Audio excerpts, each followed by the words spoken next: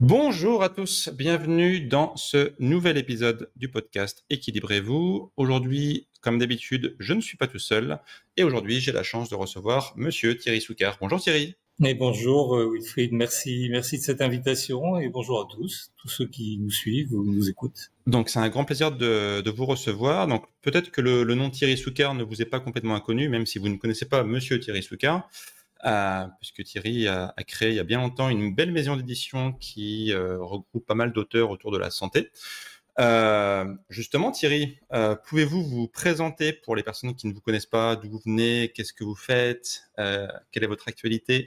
Alors mon actualité, eh bien maintenant j'ai travaillé avec quand même pas mal d'années, donc je prends un petit peu de recul, même si je viens d'écrire un livre qui s'appelle Le secret des eaux solides, qui est dans une longue lignée en fait d'exploration des liens entre alimentation et santé osseuse également.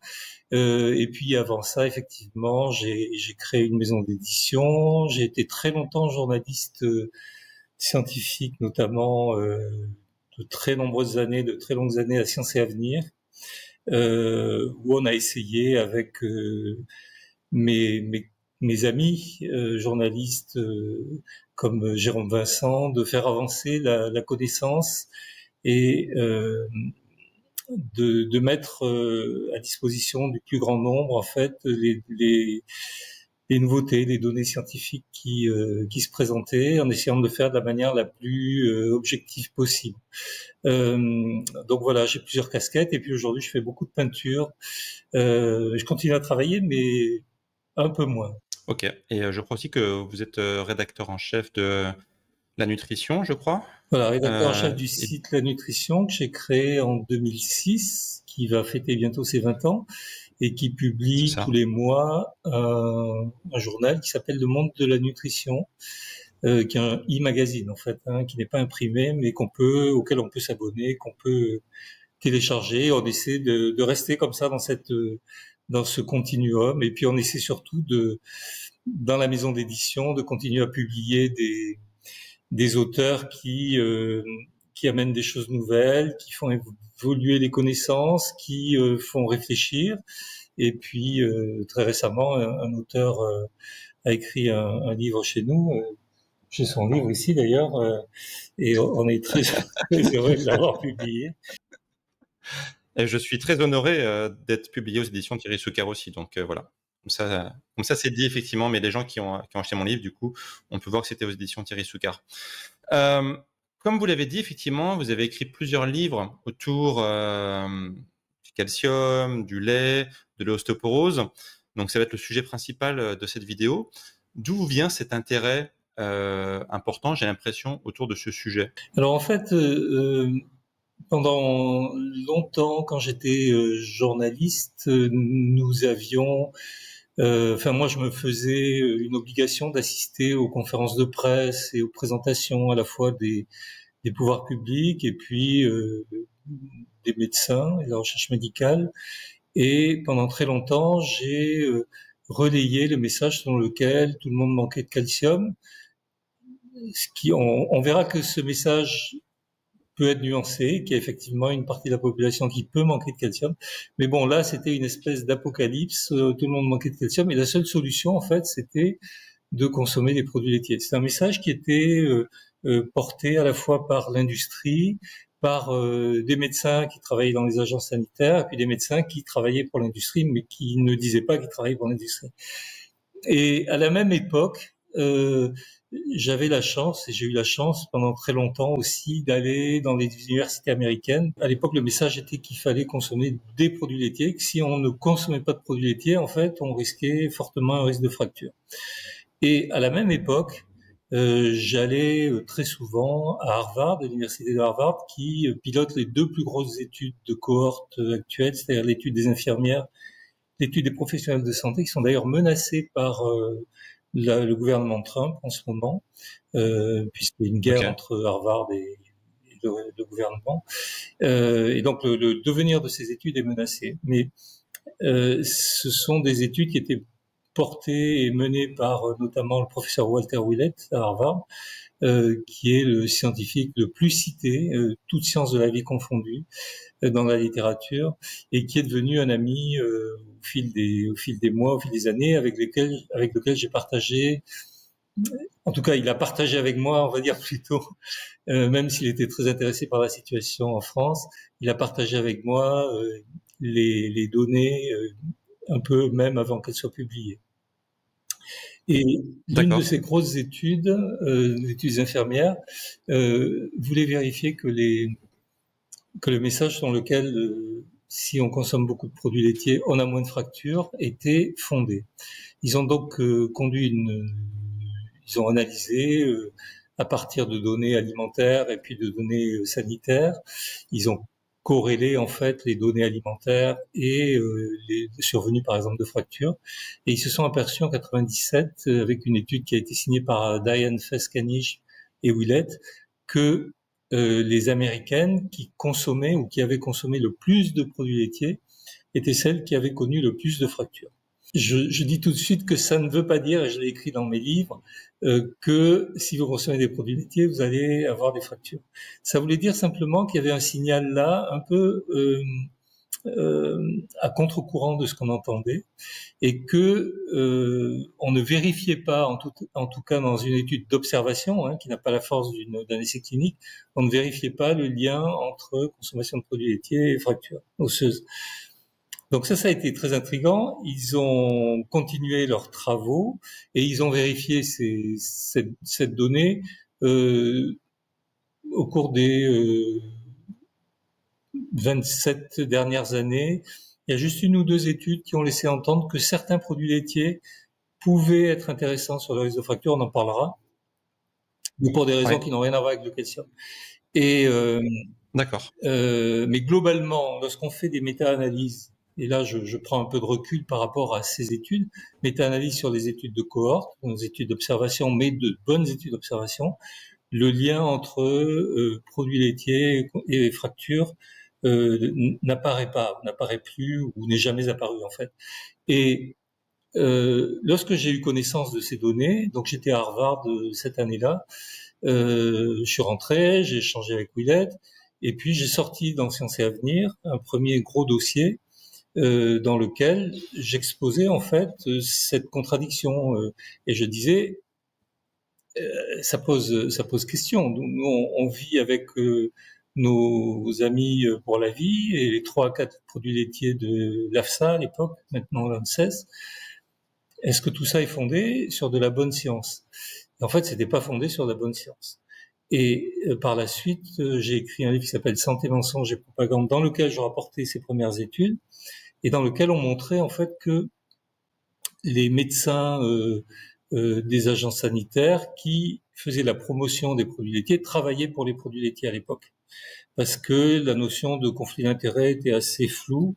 Avec Isabelle Robard, nous avons été les premiers à demander à l'agence sanitaire française, l'AFSA, les déclarations d'intérêt des chercheurs. Jamais on leur avait demandé ça, des médecins. Et ils ont mis, je crois, 5 ou 6 mois à nous répondre, à nous les envoyer. Donc, il y avait un certain nombre de problèmes qui faisaient que le message, en tout cas tel qu'on le recevait, méritait d'être soit nuancé, soit mis sous le tapis. Je pense plutôt mis sous le tapis. Encore une fois, ça ne veut pas dire que, mais je ne sais pas si on aura l'occasion d'en parler, mais parce qu'on a beaucoup de points à aborder, mais ça ne veut pas dire que il ne faut pas consommer de produits laitiers. Et ça ne veut pas dire que les produits laitiers font des fractures. Ça veut dire simplement que, et c'est ce que dit Willett aujourd'hui, et ce que on a dit, ce que j'ai écrit, ça veut dire que les produits laitiers, c'est pas un passage obligé dans la prévention de l'ostéoporose et des fractures. Enfin bref, tout ça, ça m'a amené parce qu'après, évidemment, j'ai reçu des courriers me disant, bon, vous êtes bien gentil, mais si le calcium laitier, ça prévient pas les fractures, qu'est-ce qu'il faut faire? Et donc, voilà, ça a été une espèce de pelote à tirer. Et du coup, plusieurs livres en sont nés, en fait, avec différents sujets autour du lait, autour de l'ostéoporose, etc. On va en parler en détail, effectivement. Pour revenir justement sur cette idée reçue qu'il faut consommer du lait, en fait, pour être en bonne santé osseuse, je sais qu'en France, il y a ce fameux dicton, ce fameux slogan, il faut consommer 3 laitages par jour. Alors, je sais pas d'ailleurs si c'est toujours d'actualité ou pas. Alors ça l'est plus beaucoup, ça l'était parce que les pouvoirs publics relayaient ça, et maintenant j'entends plus beaucoup les industriels se battre là-dessus. Donc, on a avancé quand même On a dans cette avancé, direction. oui. Historiquement, en fait, comment on peut expliquer cette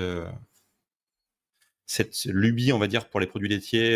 Est-ce qu'il n'y a pas une histoire avec... moi, j'avais cru dans mon imaginaire qu'il y avait une histoire par rapport aux petits écoliers, qu'on avait trop de lait, qu'il fallait essayer de leur refourguer, donc on disait aux enfants, il faut boire du lait. En fait, est-ce que c'est vrai cette histoire, hein? Oui, bah alors ça remonte encore, c'est plus ancien que ça en fait, parce que ça aussi je me suis penché là-dessus et ça m'a intrigué. En fait, il y a un chercheur qui s'appelle, qui est pour moi un chercheur que j'admire, hein, qui s'appelle Elmer McCollum, qui était biochimiste et qui a été le découvreur de la vitamine A. Il a aussi D'accord. co-découvert la vitamine B et la vitamine D. Et ce type est donc une pointure absolument incroyable. Il est décédé en 67, je crois, donc il y a pas si longtemps que ça, et il a commencé à travailler dans les années 1915-1920.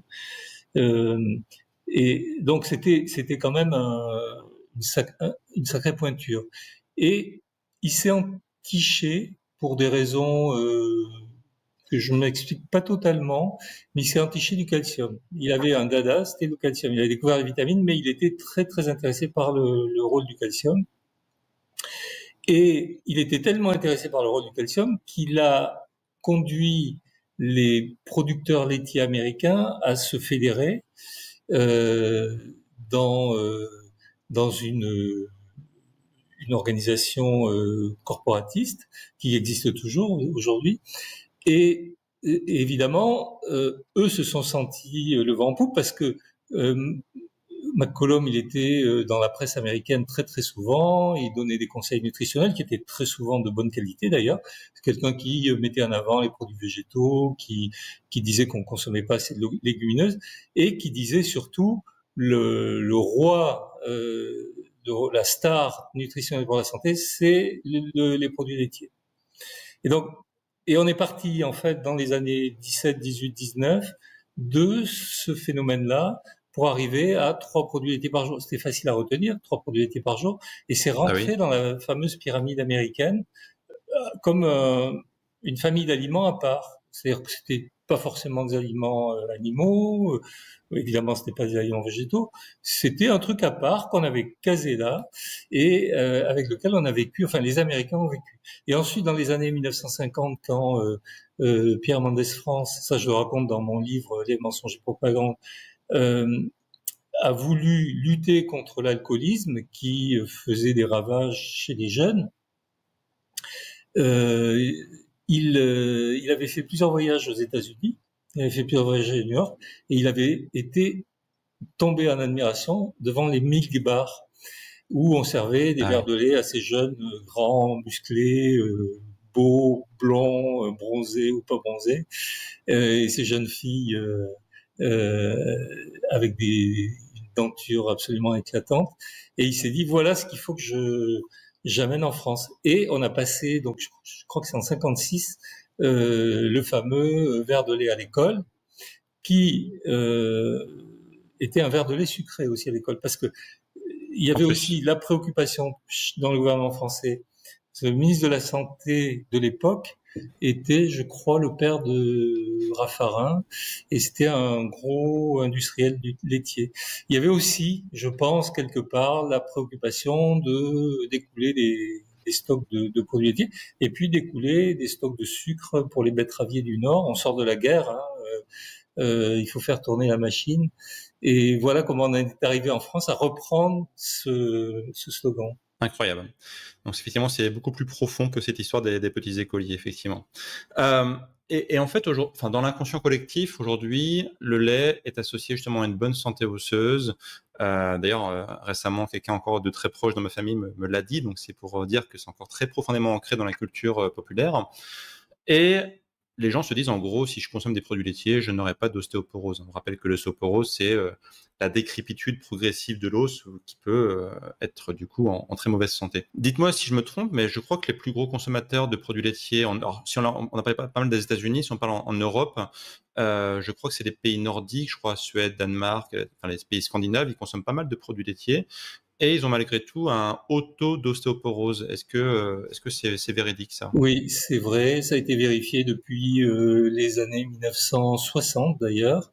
On a de très belles courbes, hein, j'en ai dans mes livres, qui montrent effectivement une corrélation. Alors, ça s'appelle des études de population, hein, pour les gens qui n'ont pas forcément euh, connaissance de toute cette nomenclature.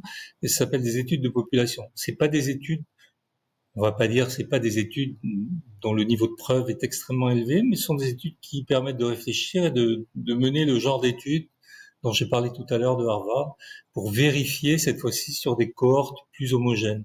Mais effectivement, on a des taux les plus élevés de fractures en Suède.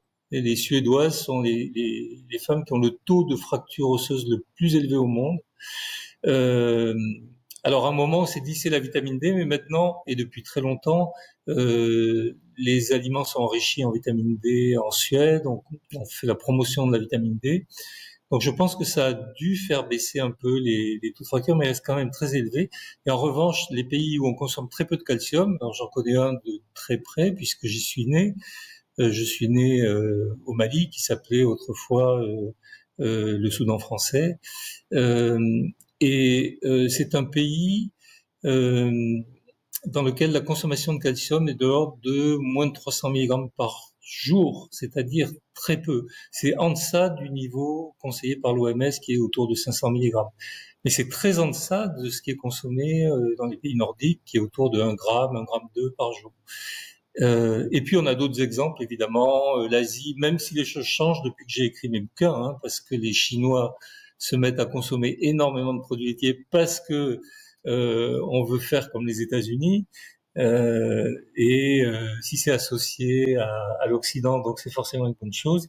Et puis les pays africains aussi, les industriels français s'activent beaucoup pour promouvoir, pas toujours de manière très éthique d'ailleurs, la consommation de produits laitiers. Donc les choses sont en train de changer, mais globalement, il faut savoir que l'humanité a grandi, quand je dis grandi, c'est 7 millions d'années, sans évidemment produits laitiers, puisqu'il n'y a pas d'élevage. Il ne peut y avoir de produits laitiers que s'il y a d'élevage. Mais jusqu'à il y a à peu près 10 000 ans, c'est-à-dire le néolithique, il n'y a pas d'élevage. On est dans une longue période dans laquelle on se nourrit de tas de choses, mais pas de produits laitiers.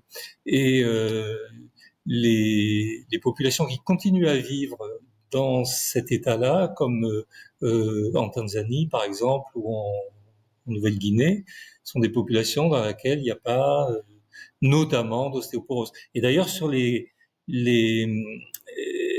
les ossements du paléolithique supérieur, c'est-à-dire avant la transition agricole, on voit pas d'altération de la matrice osseuse. Donc, encore une fois, ça ne veut pas dire que c'est pas bien de consommer des produits laitiers, on en parlera peut-être plus, mais ça veut dire simplement que, comme je le disais, c'est pas un passage obligé. Donc, quand on vous dit il faut consommer des produits laitiers, non, il faut s'assurer qu'on a un minimum d'apport en calcium qui peut augmenter avec l'âge, et cet apport en calcium, on peut l'avoir de multiples manières. On peut l'avoir par les produits laitiers, mais on peut aussi l'avoir par tout un tas de produits alimentaires. Justement, c'est des transitions très intéressantes, merci. Donc effectivement, dans l'inconscient collectif, le calcium vient très principalement du lait. Or, oui, donc c'est faux. Il y a plein d'autres aliments où on peut trouver du calcium. Donc, par exemple, les amandes, les brocolis. Si on consomme, par exemple, des sardines aussi, dans les arêtes des sardines, on va trouver du calcium. Est-ce qu'on a une idée en fait du taux d'assimilation du calcium en fonction de l'aliment? Et si oui, où se situe le lait, en fait, justement, le lait de vache, typiquement, par rapport au reste? Oui, on a une très bonne idée parce que on a plein d'études qui ont été faites là-dessus. Alors, en général, on considère deux choses. On considère d'une part la teneur en calcium d'une portion type, et ensuite la fraction absorbée. Donc, si par exemple, pour reprendre votre exemple des brocolis qui sont et plus généralement des crucifères, donc des légumes crucifères, pour ceux qui ne savent pas trop, c'est des choux de tous ordres, les choux de Bruxelles, les choux rouges, les choux-fleurs, les choux chinois, mais c'est également le cresson, c'est également les radis, c'est également les navets, etc. Les brocolis, bien sûr. Donc, tous ces aliments sont extrêmement intéressants pour d'autres raisons qui sont pas liées au calcium, mais qui sont liées au fait qu'ils contiennent des nutriments, enfin on va pas dire nutriments, ils contiennent des composés qui vont activer nos enzymes de détoxication, les enzymes de phase 2. Et donc on les voit apparaître notamment dans la prévention du cancer. Ce sont c'est des aliments fascinants et ils sont très riches en calcium. Donc une portion de brocoli, c'est à peu près 300 mg de calcium et on sait qu'on en absorbe à peu près 40%. Donc c'est beaucoup, 40%. Pour un minéral, c'est beaucoup. Dans le lait, on a à peu près un verre de lait, c'est à peu près 300 mg de calcium et à peu près 30% d'absorption de ce calcium, donc autour de 90-100 mg qui est retenu. Donc on voit que les produits végétaux sont extrêmement compétitifs. Certains produits végétaux sont très compétitifs vis-à-vis à la fois de la teneur en calcium et de l'absorption. Donc tout ça m'avait amené, avec Willette également, à dire ben on peut s'en sortir si on veut pas consommer de produits laitiers pour X raisons, hein, ou si on n'aime pas ça. On peut s'en sortir évidemment, comme le faisaient nos ancêtres. Ils avaient un apport en calcium très élevé qui était au-delà de 1,5 g par jour, mais par tout un tas de végétaux, y compris des feuilles, des fleurs, des tubercules, etc. Et alors du coup, si je me fais volontairement l'avocat du diable, on pourrait dire, du coup, oui, c'est vrai, on trouve du calcium dans les crucifères, mais c'est plus simple de consommer des laitages. Par exemple, un verre de lait, c'est plus simple à consommer que 300 grammes de crucifères.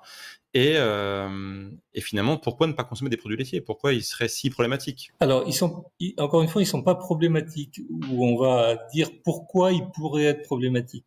Mais ils sont là, on raisonne en France, donc avec un environnement qui est façonné par 10 000 ans de consommation alimentaire, marquée notamment par des produits d'élevage. Donc effectivement, ça peut être plus simple de consommer des produits laitiers. Ça l'était pas avant l'invention de la réfrigération et des transports. Et là, c'était une source d'intoxication microbienne majeure, consommer des produits laitiers. Eh oui. Et c'était même à l'époque romaine considéré comme barbare, puisque les Romains faisaient la différence entre les civilisés, c'est-à-dire eux, et puis les barbares, c'est-à-dire tout le reste. Et ils avaient des critères pour dire si un peuple qu'ils rencontraient était barbare, et l'un des critères était consommation de lait cru. Et les Romains faisaient consommer des fromages, de petits ruminants, mais en Germanie, on consommait du lait au pied de la vache, et donc c'était barbare. Voilà. Donc les choses ont changé au fil des siècles, et effectivement, on pourrait se dire aujourd'hui, c'est peut-être plus simple de consommer du lait. Maintenant, tout le monde ne peut pas consommer du lait parce qu'il y a des gens qui sont intolérants au lactose. Là, je suis dans une région où le taux d'intolérance au lactose est très élevé. Il est autour de 60-70%. En revanche, ceux qui nous suivent et qui habitent dans le nord de la France et qui ont une ascendance nordique, le taux d'intolérance au lactose est bas, il est autour de 10-15%. Ça veut dire que adultes, ils peuvent consommer des produits laitiers. Donc tout dépend un peu de la région dans laquelle on habite, l'ascendance, etc. Et puis il y a des choses très simples à consommer et encore plus faciles à consommer que le lait, c'est l'eau. Il y a beaucoup d'eau minérale qui ont du calcium directement à l'intérieur. Absolument, et qui est très bien absorbé, autour de 30%. Et là, je parle d'un département qui est le Gard, où on a une eau extrêmement dure. On a une eau très dure, c'est-à-dire qu'elle est très riche en calcium, très riche en magnésium. Alors, les gens se plaignent parce que les tuyaux s'encrassent, etc., les canalisations.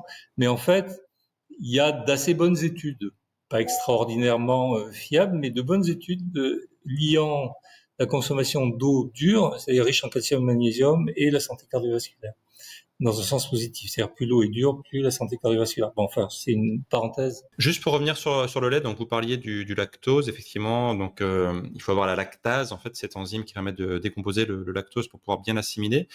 Est-ce qu'il y aurait dans le lait de vache, on va dire, lait de vache moderne, on va dire, d'autres molécules qui seraient problématiques, d'autres composés qui pourraient poser problème sur la santé humaine? Alors, oui, Harvard avait mesuré la teneur en IGF-1, qui est une protéine qui est le relais de l'hormone de croissance, dans le lait prélevé dans les années 50-60 et le lait du commerce des années 90-2000. En fait, les taux avaient considérablement augmenté et ils ont attribué ça au fait que la taille des vaches avait considérablement augmenté.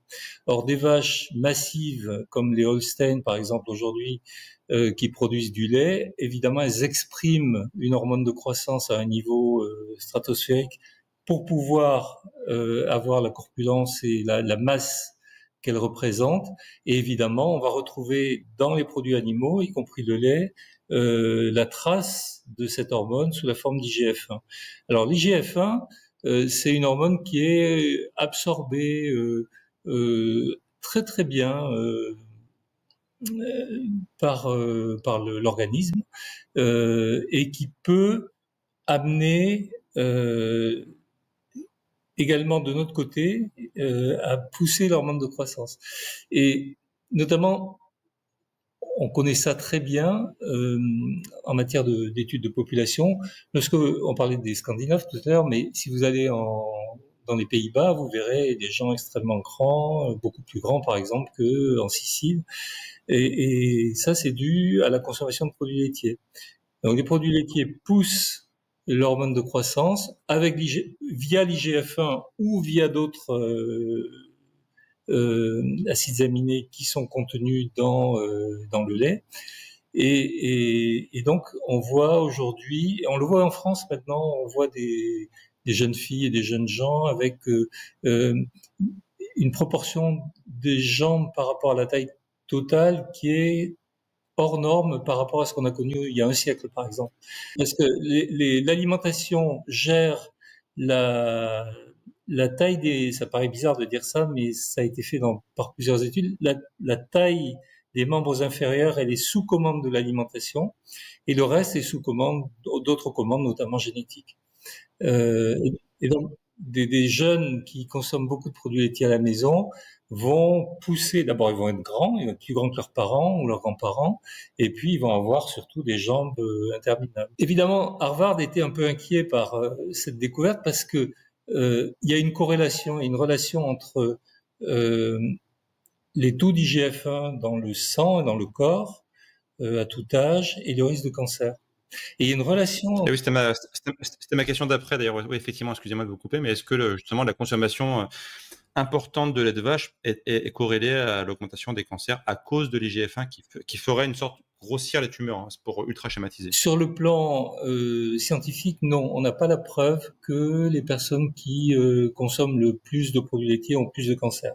Donc c'est une préoccupation qui reste, on va dire, théorique jusqu'à ce que ça soit prouvé ou complètement pas prouvé. Mais on sait simplement, en tout cas, que plus on est grand, plus on a un risque de cancer plus élevé. Mince, je suis 1m82, 83. Bon, ce sont des statistiques, ça ne veut pas dire que si on est grand, on va faire un cancer, mais ça a été vu dans des études de population. Mais le côté rassurant des choses, c'est qu'on n'a pas vu de signal fort entre les produits laitiers et le cancer. On n'a pas vu que... Il y en a eu un à un moment, mais il a été... Je crois qu'on est revenu dessus. Hein, c'était le cancer des ovaires. Mais les dernières études que j'ai vues étaient plutôt rassurantes. Après, il y a des signaux qui demandent à confirmation sur des cancers comme des lymphomes, où là, il pourrait y avoir un lien, mais qui passerait pas par l'IGF-1. Tout ça est très compliqué, hein, mais qui passerait plutôt par la présence de pesticides lipophiles, donc qui sont attirés par les matières grasses, dans des produits laitiers. Bon, mais Ok. voilà, il n'y a rien de concluant aujourd'hui. D'accord. Et troisième molécule, donc on n'a pas du lactose. Après, Oui, si, le dernier lien, ça a été avec le cancer de la oui, prostate, où là, il y a un signal modéré euh, liant la consommation de produits laitiers à un niveau élevé et les cancers de la prostate agressifs, pas les cancers de la prostate dormants ou qui se développent lentement, mais des cancers de la prostate agressifs. Là, il y a un signal qui fait que Harvard a dit pas plus de 2 produits laitiers par d'accord. jour. Voilà. Le gouvernement français, les agences françaises sont revenus d'ailleurs sur les 3 à 4 produits laitiers à la suite de l'apparition de mon bouquin et d'autres études où je disais attention, on rentre dans des zones où on ne sait pas trop. D'abord, on sait que ça va pas prévenir l'ostéoporose ou les fractures, mais on ne sait pas derrière ce que ça représente, les 3 à 4 produits laitiers toute l'année et toute la vie.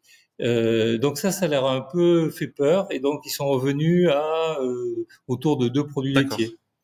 Voilà. Mais ils gardent quand même. Donc Harvard et moi-même, puisque je me suis aligné après des discussions avec Willett, nous on est plutôt à dire 0 à 2. Donc 0 à 2, c'est très simple. Ça veut dire on peut s'en passer, mais on peut en consommer Voilà, un peu. modérément, Hmm. on va dire, modérément. Troisième molécule qui pourrait être problématique en ce moment, je pense à la caséine, qui varie d'ailleurs entre les bovins et les petits animaux comme les chèvres ou les brebis.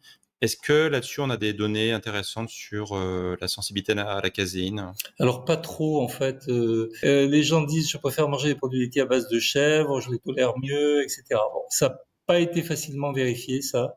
La seule différence qu'on a pu mettre en évidence, il y a des différences dans les caséines, c'est pas tout à fait les mêmes, mais la différence qu'on a pu mettre en évidence surtout, c'était justement la présence de facteurs de croissance dans les uns et moins dans les autres. Puisque pour faire des petits D'accord. animaux, on n'a pas besoin d'hormones de croissance à des niveaux élevés. Mais ça reste assez, je dirais, assez flou. C'est comme les différents. J'ai reçu beaucoup de courriers de gens qui me disaient oui, mais le lait cru c'est pas pareil que le lait pasteurisé. Bon, franchement, on voit pas grand-chose, quoi. D'accord. Revenons au calcium. Donc on parlait de son assimilation. Tout à l'heure, vous avez parlé un petit peu de la vitamine D aussi. Est-ce qu'il y a des cofacteurs intéressants qui permettraient de mieux assimiler le calcium? Donc notamment là où, là où je veux vous emmener, c'est sur la vitamine K2 notamment. Est-ce que c'est intéressant d'en consommer pour orienter le calcium vers la bonne direction? Alors oui, la vitamine K, il y a pas mal de bonnes études aujourd'hui sur cette vitamine. Euh, alors il y a deux formes de vitamines, mais il y en a même 3. Il y en a une synthétique qui est la K3, mais il y a K1 qui s'appelle la phylloquinone et la K2 ménaquinone. Et dans la K2, il y a plusieurs il y a plusieurs sous-vitamines K2, notamment MK4 et MK7. Et sur les MK4 et MK7, sont des vitamines qui sont plutôt associées à une bonne santé osseuse pour 2 raisons. La première, c'est l'absorption du calcium qui est facilitée, qui est favorisée. Et la deuxième, c'est que elles ont un effet sur les ostéoblastes, qui sont des cellules qui construisent l'os. Donc elles stimulent en fait le recrutement et la prolifération de ces cellules-là. Euh, et elles favorisent également la fixation du calcium via une molécule qui s'appelle l'ostéocalcine. Donc, il y a plutôt de bonnes études, effectivement, liant les taux de vitamine K2 à ces événements ou la supplémentation en vitamine K2, parce que c'est plutôt une vitamine, on va pas dire qu'il y a des carences marquées, mais c'est pas une vitamine extrêmement répandue si on fait des dosages, c'est pas bien. Dans le monde asiatique, notamment, on peut le trouver facilement. Je crois qu'il y a pas mal de plats à base de plantes fermentées. On peut trouver la K2 facilement, mais en France, c'est pas si courant que ça, quoi, je crois. Alors, il y en a un peu dans les produits laitiers, il y en a un peu dans les produits animaux, en général, la viande, etc. Les produits fermentés, effectivement. Alors, tous les produits fermentés en contiennent, le kéfir en contient, mais effectivement, le natto, qui est un soja fermenté, et je crois que c'est l'aliment qui en est le plus riche. C'est ça, ouais. Ok, hyper intéressant. Euh, Donc si le calcium, en fait, n'est pas si important que ça pour la santé osseuse, qu'est-ce qui est important pour la santé osseuse? Rentrons dans le vif du sujet. Quels sont les paramètres, au quotidien qui permettent d'avoir des os solides pour longtemps? Alors, le paramètre probablement le plus important, il y en a beaucoup, mais le plus important, je pense, c'est l'inflammation ou la non-inflammation. Et c'est un domaine dans lequel vous excellez, vous connaissez bien, puisque vous avez écrit ce livre, livre très très intéressant. Et l'inflammation, c'est un moteur de la destruction de l'os. Alors bon, on va pas rentrer dans ce qu'est l'inflammation, mais bon, très rapidement, l'inflammation, c'est simplement, pour ceux qui nous écoutent et qui connaissent pas encore trop, c'est simplement la manière qu'a le système immunitaire de se déclencher, de s'activer. Chaque fois qu'il y a inflammation, ça veut dire qu'il y a activation du système immunitaire. Donc la question à se poser, c'est non pas pourquoi il y a inflammation, mais pourquoi il y a activation du système immunitaire. Et donc activation du système immunitaire, c'est tout ce qui représente une anomalie. Ça peut être une intrusion d'un virus ou une bactérie, mais ça peut être tout ce qui va modifier l'homéostasie de l'organisme, notamment la prise de poids, une glycémie élevée, de l'arthrose, des problèmes de peau. Donc tout ça, ça active le système immunitaire, donc ça active l'inflammation. Et malheureusement, avec l'âge, on finit par avoir un niveau d'inflammation à bas bruit qui reste constant, tout simplement parce qu'on a suractivé notre système immunitaire, qu'on a beaucoup de mal à revenir en arrière, et que en fait le vieillissement lui-même s'accompagne d'une non-activation de la fin de l'inflammation. Lorsqu'on est par exemple atteint par une maladie comme le Covid et qu'on a 80 ans, on le gère pas de la même manière que lorsqu'on a une trentaine d'années ou une quarantaine d'années.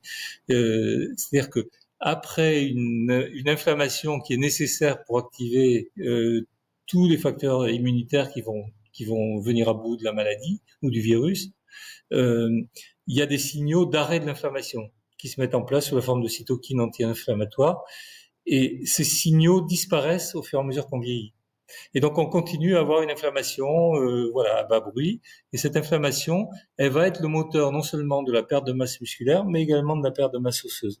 Et ça, c'est un facteur majeur chez les personnes, notamment les personnes plus âgées, dont on doit se préoccuper. Si on a un parent ou un grand-parent qui est âgé, c'est vraiment poser la question de tout ce qui peut activer l'inflammation et tout ce qui pourrait la désactiver. Donc vous avez écrit un livre là-dessus, dans ce domaine-là, avec tous les facteurs qu'on peut mettre en œuvre, notamment alimentaires, pour faire baisser ce niveau d'inflammation. Donc ce sont des choses qu'il faut considérer. Et puis il y a des choses, notamment des infections froides. Qu'est-ce que c'est, infection froide? Et par exemple, une maladie de Lyme qui passe inaperçue, mais qui va activer le système immunitaire, donc l'inflammation. Vous voyez? Ouais, hyper intéressant. Bah, effectivement, souvent, c'est en vieillissant que les os deviennent plus fragiles et c'est corrélé effectivement à l'augmentation de l'inflammation qu'on appelle l'inflammaging en vieillissant. Donc effectivement, l'inflammation, je pense que c'est quelque chose sur lequel il faut travailler absolument et surtout quand on prend de l'âge. Ok, c'est hyper intéressant. Est-ce que aussi on a intérêt à travailler, parce que là on parlait justement du lien entre la masse musculaire et les os, est-ce qu'on a intérêt justement aussi à travailler sur l'activité physique pour renforcer ces os? Est-ce que par exemple le fait de répéter des petits impacts, souvent les gens ils ont peur des impacts, or corrigez-moi si je me trompe, mais ça peut inversement plutôt aider l'os à se renforcer les impacts. Absolument. Il y a deux choses là-dedans qui sont très intéressantes dans ce que vous venez de dire et qui sont malheureusement mal connues, méconnues à la fois du grand public et des professionnels de santé. C'est que il y a une corrélation absolument étroite et linéaire entre la masse musculaire et la masse osseuse. Parce que le muscle va faire pression en fait sur l'os et maintenir sa bonne santé, on va dire, pour très simplifier. Oui, c'est exactement ça. En fait, il y a un dialogue permanent entre le muscle et l'os.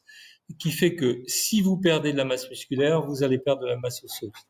Et à l'inverse, si vous gagnez de la masse musculaire avec l'âge, en faisant par exemple de la musculation, vous allez gagner de la masse osseuse. On a de très bonnes études là-dessus, une qui a été publiée récemment et qui montre des effets vraiment très très intéressants chez des femmes ménopausées qui avaient des taux de masse osseuse bas et qui retrouvent une très bonne masse osseuse, une densité osseuse avec un programme de musculation de 8 mois, avec des doses assez lourdes. Et puis, le deuxième facteur également, c'est que vous allez avoir effectivement ce côté mécanistique de l'impact qu'on peut obtenir par exemple avec une presse à jambes ou des squats, qui a un impact amorti, progressif, mais on peut l'obtenir aussi, alors on a de très bonnes études, on peut l'obtenir avec une corde à sauter par exemple.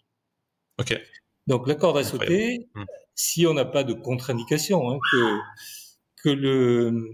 si on n'a pas de contre-indication et que le médecin n'y voit pas d'inconvénient, on n'a pas une fragilité osseuse telle que ça serait contre-indiqué, eh bien ça c'est vraiment très intéressant et ce sont des choses très simples à mettre en place. Musculation, corde à sauter. Pas oublier que l'Organisation mondiale de la santé dit 150 minutes d'exercice aérobie chaque semaine, c'est-à-dire marche, course, natation, vélo, etc. et 2 à 3 séances de musculation par semaine. Ça, on oublie souvent ça. Je pense qu'il n'y a pas beaucoup de gens qui le font. Et je pense que le grand drame, en fait, c'est qu'il y a beaucoup de gens, quand ils vieillissent, ils se disent, bah, du coup, c'est plus trop de mon âge, la muscu, c'est pour les jeunes, nanana. Et en fait, c'est totalement délétère. En fait, c'est l'effet inverse. C'est que c'est en arrêtant, justement, l'activité physique, comme le renforcement musculaire, qu'ils accélèrent, en fait, leur vieillissement. En fait, ils prennent le problème à l'envers. Si je puis dire. Absolument. Et on le voit, moi, je le vois, par exemple, si vous allez dans le métro ou plutôt en hiver d'ailleurs quand les gens portent des vêtements, des vestes, des choses comme ça ou à l'automne, vous voyez des gens 70, 75, 80 ans qui ont conservé leurs vêtements il y a une vingtaine d'années ou la veste et vous regardez, ils la remplissent plus du tout. Vous voyez que aux épaulettes, il y a une espèce de creux qui s'est formé. C'est un creux qui est à la fois une perte de masse musculaire et une perte de masse osseuse, puisque les deux vont ensemble. Et là, ça doit être un signal d'alarme. Ça, là, c'est un truc à se dire. Bon, il faudrait que je me préoccupe de ma santé, commencer par ma santé musculaire, et j'aurai des effets sur la santé osseuse. Exactement. Donc, faites du renforcement musculaire toute votre vie, ne vous arrêtez jamais.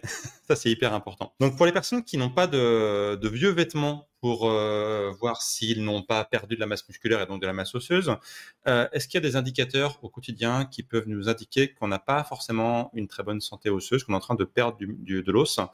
Et je sais que dans votre livre sur le mythe de l'ostéoporose, vous parlez du T-score. Est-ce que vous pouvez nous parler un peu de tout ça? Quels sont les bons indicateurs pour la santé osseuse? Alors, le T-score, en fait, c'est le score qu'on vous donne. J'essaie de calmer mon chien. C'est le score qu'on vous donne quand vous faites une ostéodensitométrie. L'ostéodensitométrie consiste à mesurer la densité osseuse, qui est un examen qui peut être intéressant, mais qu'il faut aborder avec prudence. Tout le monde n'est pas éligible à l'ostéodensitométrie et on peut même se dire les critères aujourd'hui peuvent peut-être être encore restreints. Pourquoi? Parce que on sait qu'il y a à peu près 20 à 25% des femmes, souvent des femmes, qui font une ostéodensitométrie et qui ne devraient pas la faire. Elles devraient pas la faire parce qu'elles n'ont pas besoin de la faire. Or, quand vous la faites, le petit risque, c'est ce qu'on appelle le surdiagnostic, c'est-à-dire qu'on vous trouve quelque chose pour lequel on va vous traiter et qui mériterait pas forcément d'être traité. Donc, le surdiagnostic peut amener au surtraitement. Mais si vous avez, par exemple, une fracture, un antécédent de fracture avec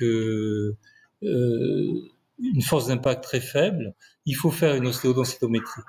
Il y a d'autres critères. Donc, selon les médecins, vous allez avoir par exemple, vous avez pris des corticoïdes pendant très longtemps, il faudrait faire une ostéodensitométrie. Et là, on va vous donner ensuite ce qu'on appelle un T-score. Le T-score, simplement, on va vous dire quel est l'écart par rapport à la moyenne de votre sexe pour une personne, voilà, qui a à peu près une trentaine d'années, qui a donc a priori une densité osseuse qui est de bonne qualité. Donc, on va calculer votre écart, votre déviation standard par rapport à ce critère-là. Et si vous vous éloignez assez nettement de ce que vous aurez, de ce que vous aviez peut-être même à l'âge de 30 ans, ça s'appelle le T-score. Le T-score, il va vous dire si vous êtes dans la moyenne d'une femme de 30 ans et auquel cas votre densité osseuse est parfaite, ou si vous vous en éloignez un peu ou beaucoup. Un peu, c'est ce qu'on appelle l'ostéopénie, et beaucoup, c'est ce qu'on appelle l'ostéoporose. Et puis, très sévèrement, ça s'appelle l'ostéoporose sévère.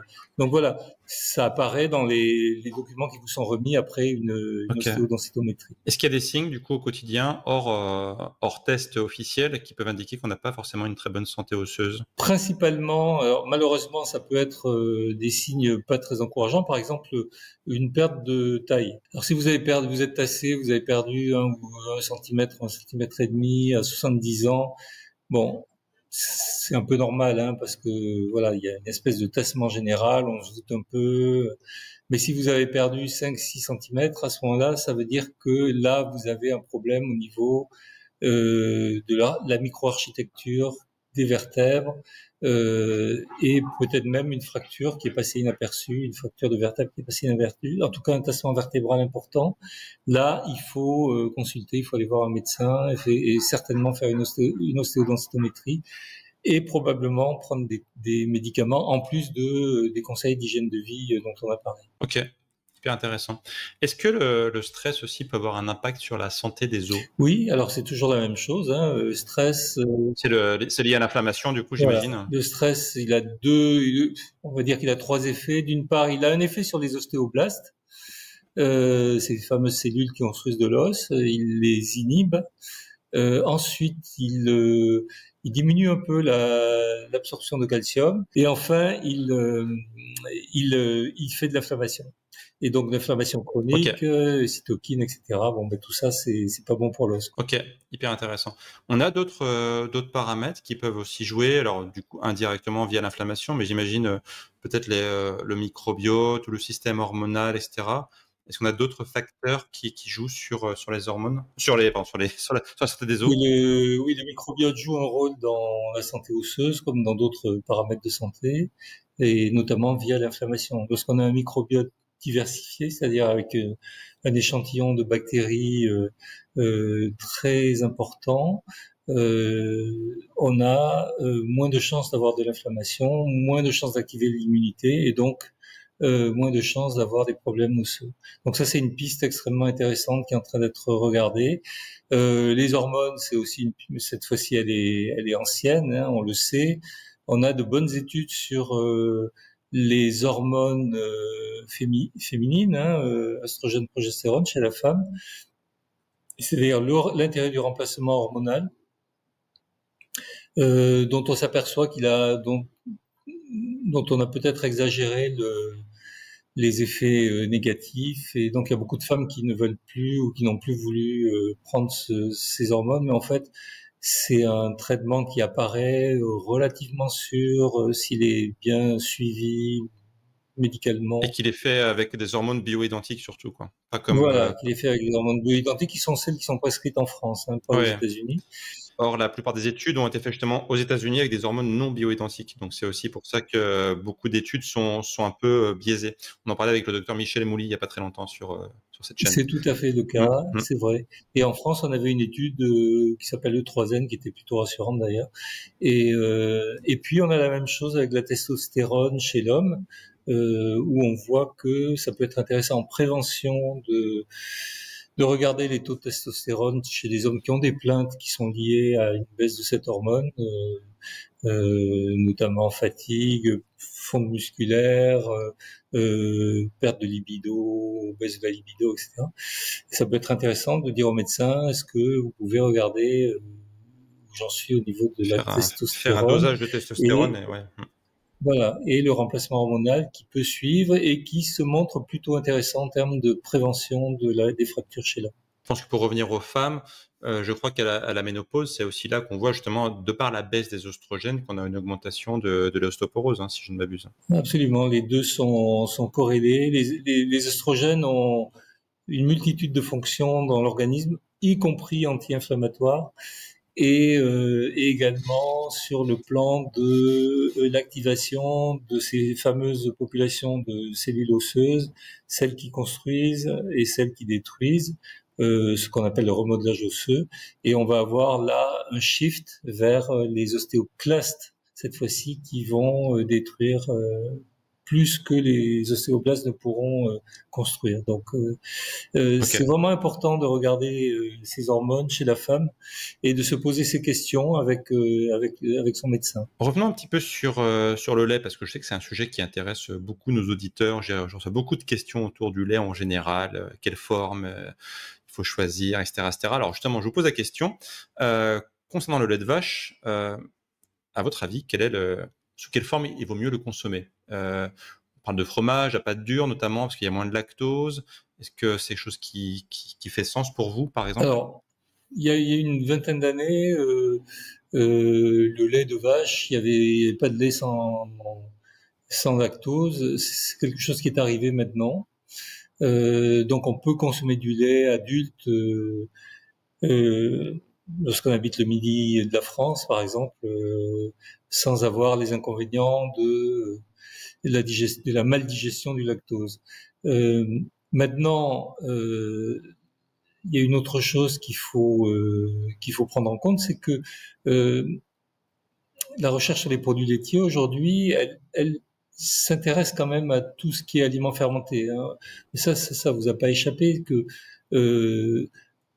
tout ce qui est fermentation peut être intéressant à la fois en termes de prévention de certaines pathologies, mais ça passe surtout par l'ensemencement du microbiote et de manière peut-être plus intéressante que la prise simplement de gélules de probiotiques ou de prébiotiques ou de postbiotiques. Donc il y a quand même un courant de recherche là-dessus. Il y a des études qui ont montré que les consommateurs de yaourt et de fromage, et qui est un aliment fermenté également, pourraient peut-être avoir un bénéfice de cette consommation de calcium particulier sur la santé osseuse. Il n'y en a pas encore beaucoup, mais il y en a quelques-unes. Donc c'est quelque chose à regarder. Et ce qu'on voit pas avec le lait liquide. Donc je pense que c'est intéressant de s'orienter vers des aliments, des produits laitiers fermentés pour ces raisons, qui amènent de bonnes bactéries.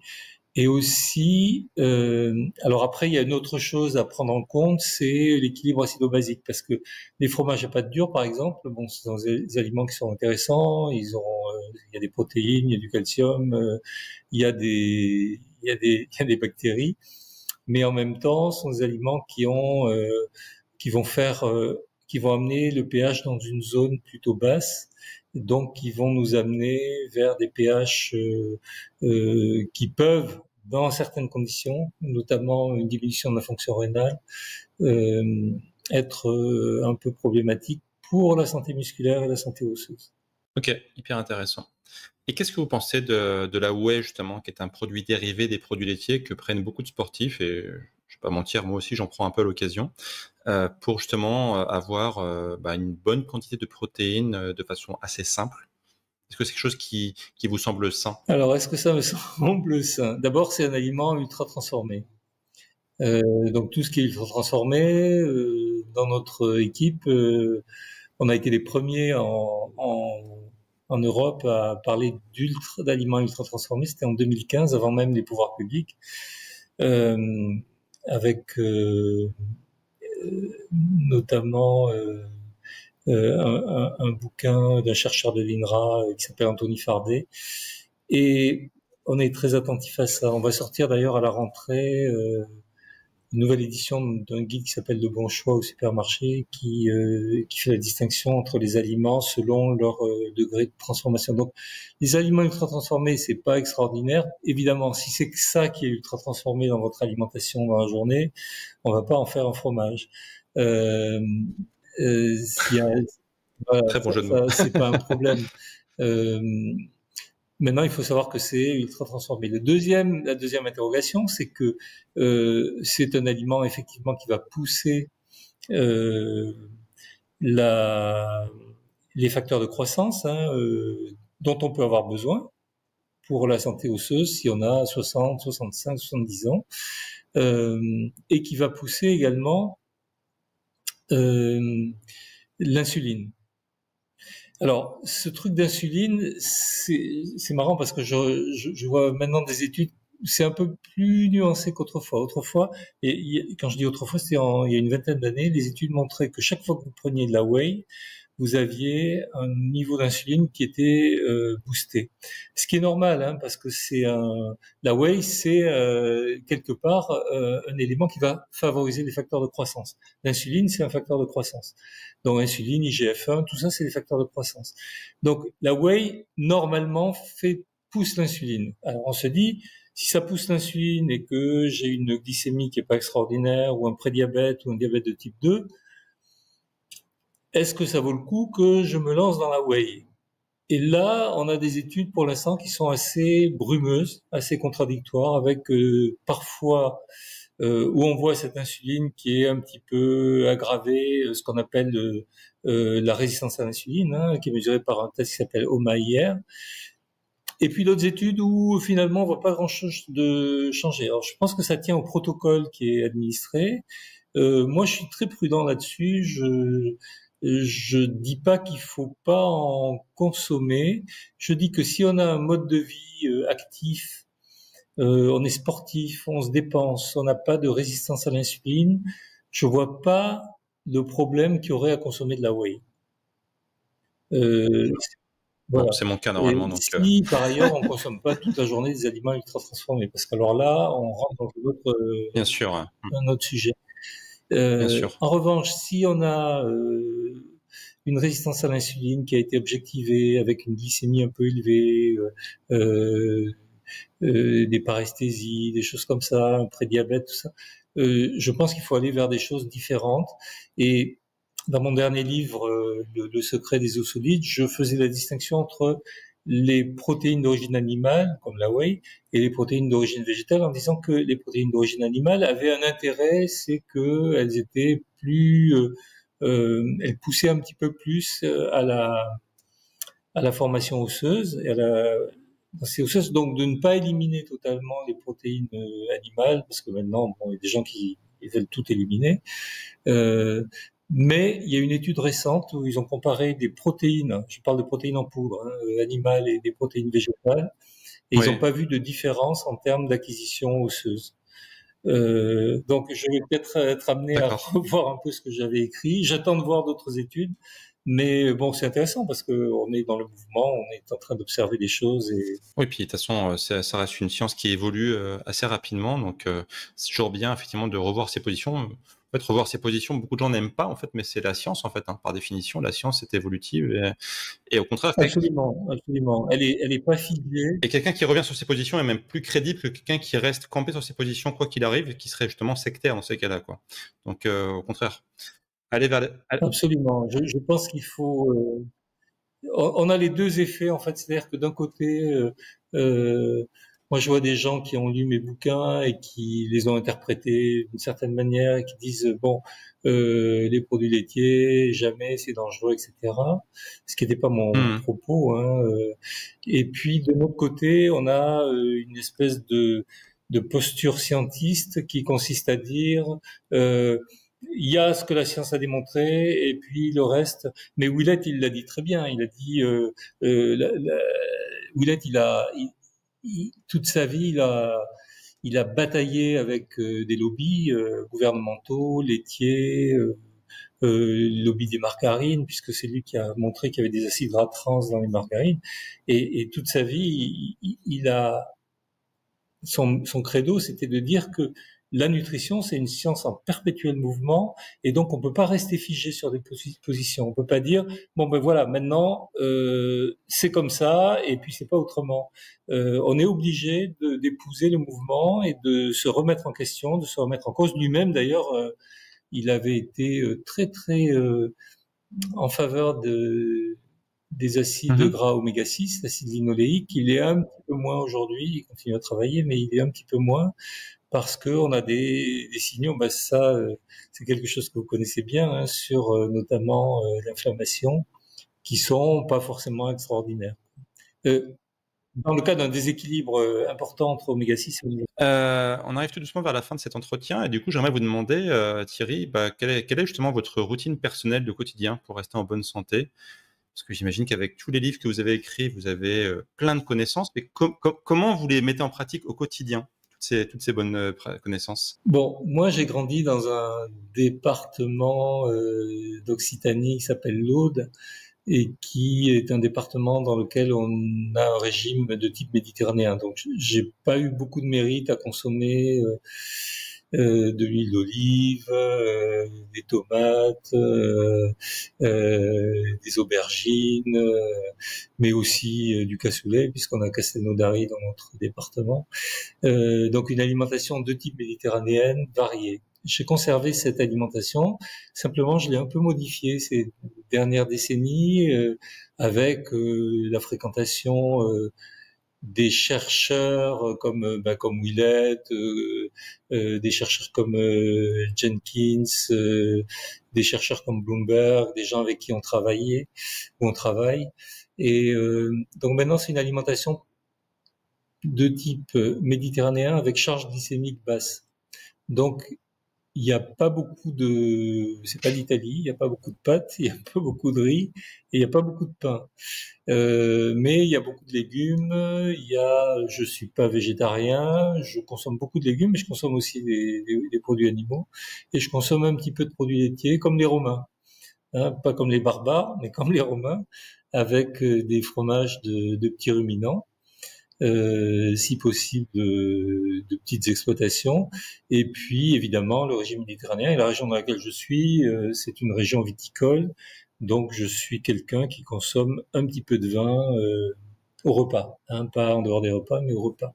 Donc ça c'est sur le plan alimentaire pour être très généraliste et très général. Et ensuite sur le plan de l'activité physique, bon, maintenant, j'ai plus l'âge que j'avais il y a une cinquantaine d'années. J'ai fait un peu trop de sport Vous faisiez quoi comme sport avant? quand j'étais jeune. J'ai fait beaucoup de rugby, Ah, le rugby qu'on pratique dans mon département, qui est le rugby à 13. Et j'ai fait, c'est un sport qui est impactant ça pour le corps, si je ne voilà, c'est un m'abuse, non? sport qui est impactant et j'ai laissé 3 genoux, hein, 2 genoux, 2 fois un genou Aïe, et une fois un genou. Donc j'ai de l'arthrose qui me limite aujourd'hui en termes d'activité. Par exemple, je ne peux plus courir. Je peux faire du vélo. d'accord. Je n'ai pas de difficulté à faire du vélo, mais je ne peux plus courir. Mais j'échappe aux opérations pour l'instant et aux prothèses. Tous mes copains avec qui je jouais à Nîmes, Montpellier, Narbonne, Carcassonne, sont maintenant équipés de prothèses de genoux. Et bon, c'est pas encore mon cas. Donc, je continue à avoir cette activité et je fais, comme l'OMS le préconise, 2 à 3 séances de musculation, pas autant que j'en faisais quand je jouais au rugby. À l'époque, il fallait être lourd, impactant et véloce. Mais je continue donc à aller à la salle et à faire de la musculation, essayer d'entretenir.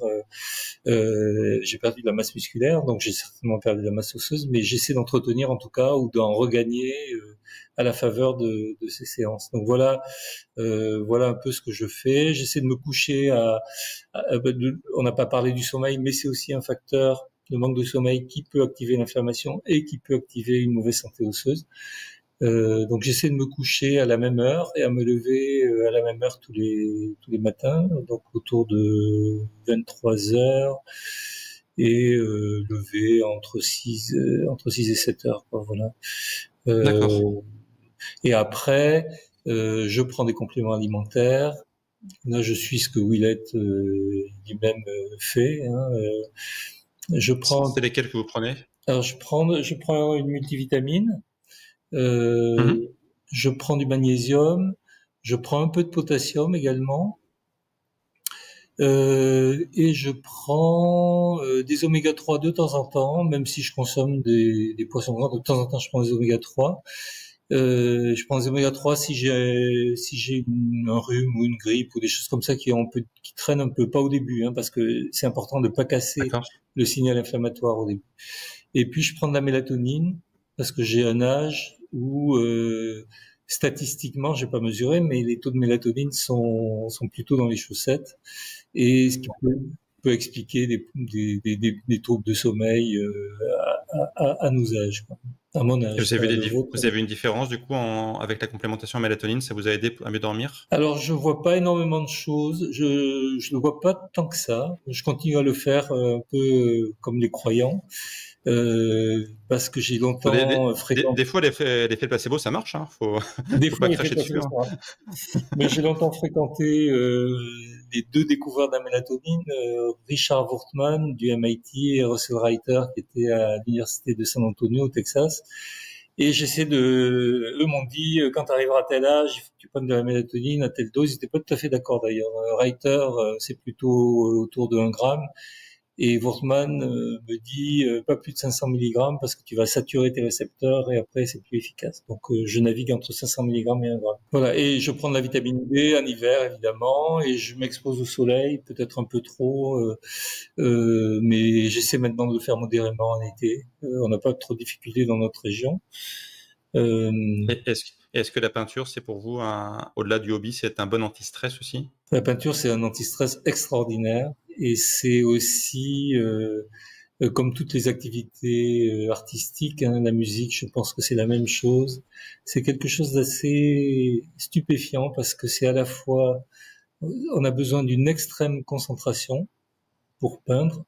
Moi, je fais beaucoup de portraits, donc je suis plutôt un peintre figuratif. J'invite d'ailleurs ceux qui ça intéresse à regarder sur Instagram ce que je poste, pas tout le temps, mais parce que j'ai pas toujours le temps ou j'oublie, mais j'aime beaucoup le portrait, j'aime beaucoup avoir en face de moi un modèle et euh, essayer de capter quelque chose, hein. Bon, c'est presque une idée convenue de dire ça, mais ça demande donc énormément de concentration parce qu'on peut pas faire n'importe quoi, sauf si on s'appelle Mondrian et qu'on a derrière soi plusieurs décennies de peinture figurative classique, ou Miro, ou Picasso.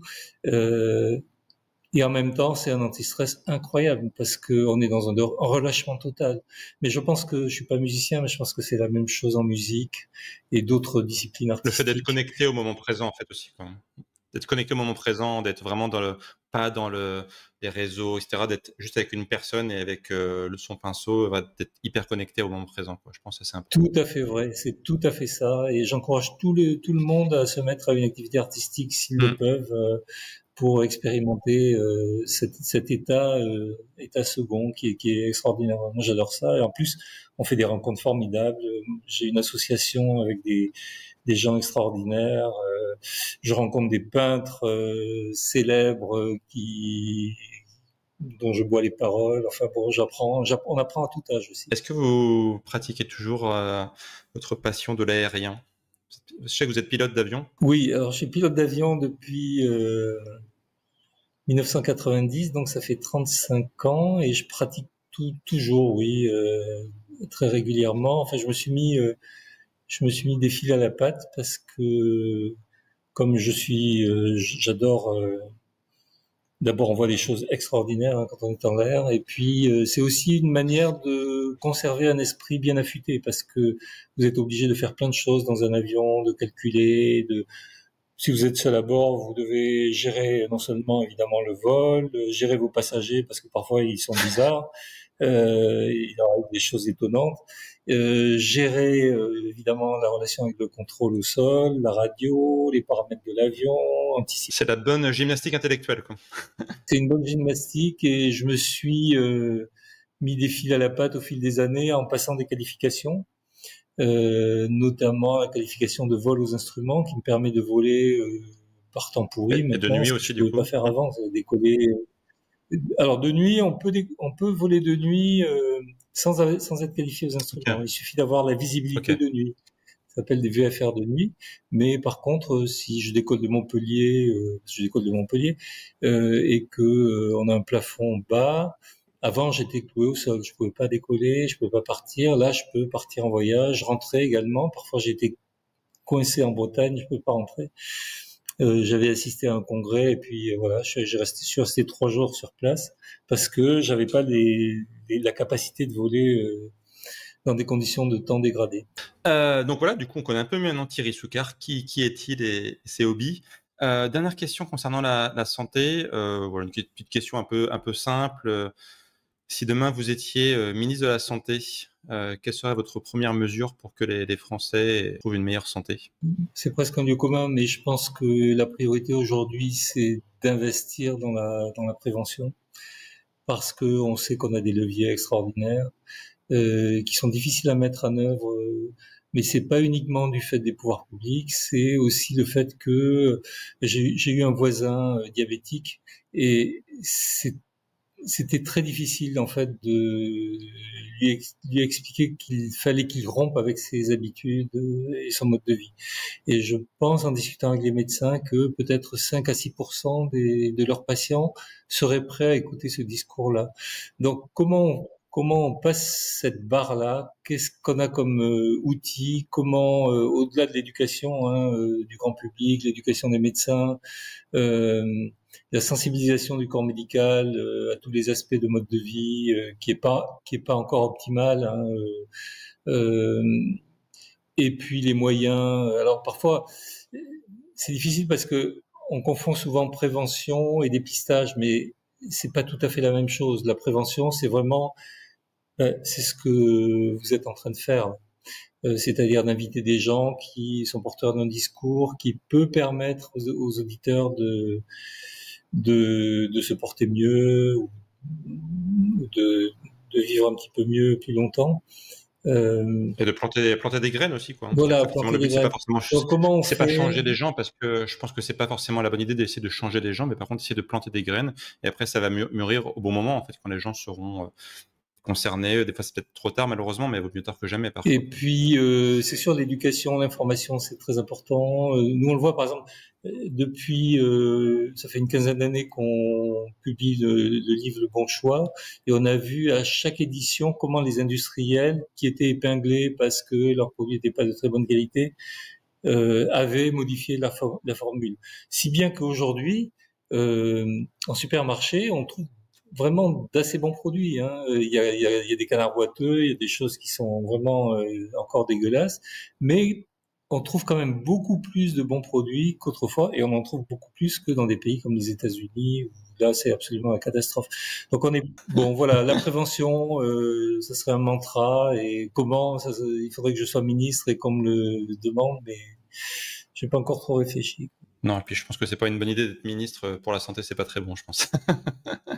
Bon. En tout cas, merci Thierry pour toutes ces bonnes Avec informations. plaisir. C'était vraiment ultra intéressant et j'espère que les auditeurs du coup ont appris des choses et vont du coup voilà revoir peut-être des choses sur les produits laitiers, sur l'ostéoporose, etc. On mettra du coup les références de tous vos livres. Il y en a beaucoup, mais au moins ceux sur les produits laitiers, l'ostéoporose, les derniers, on va dire, dans la description de la vidéo. Comme ça, si les gens veulent aller plus loin avec vos livres, eh bien ils auront beaucoup de lectures. Pour cet été, ce sera parfait, par exemple, à emmener sur la plage. Oui, puis ça peut servir à caler des meubles également. C'est ce que je dis des fois aussi avec mon livre. On peut faire de la musculation aussi avec. Voilà. Si on le lit pas, au pire, ça peut servir à autre chose pour la santé. Bon, en tout cas, merci Wilfried de cette invitation. Ça m'a fait plaisir d'échanger et puis d'expliquer et de préciser peut-être un certain nombre de choses. Voilà. Avec grand plaisir en tout cas, et peut-être à bientôt pour d'autres vidéos sur d'autres sujets, sur vos prochains livres. Je sais que vous êtes très Ah non, il n'y prolifique. aura pas, hein. Ça sera C'est vrai, terminé là. c'est vrai. Là, c'est terminé. Vous avez pas de projet d'autres livres? Non, non, c'est trop de boulot et c'est beaucoup de travail. À chaque fois, ça m'a demandé énormément de boulot et Ah bah euh, je vais pas vous dire le contraire. je le fais avec plaisir, mais là, j'ai tellement de trucs à faire encore. Bon, voilà, donc je peux pas tout faire et voilà, j'ai beaucoup de portraits à faire. En tout cas, voilà, on mettra les liens de vos livres dans la description, comme ça les gens pourront en savoir plus. Et peut-être à bientôt Thierry, en tout cas pour de prochaines vidéos. Et puis d'ici là, bon vent, bon vol. Bon vent à vous, merci. Au revoir. Au revoir.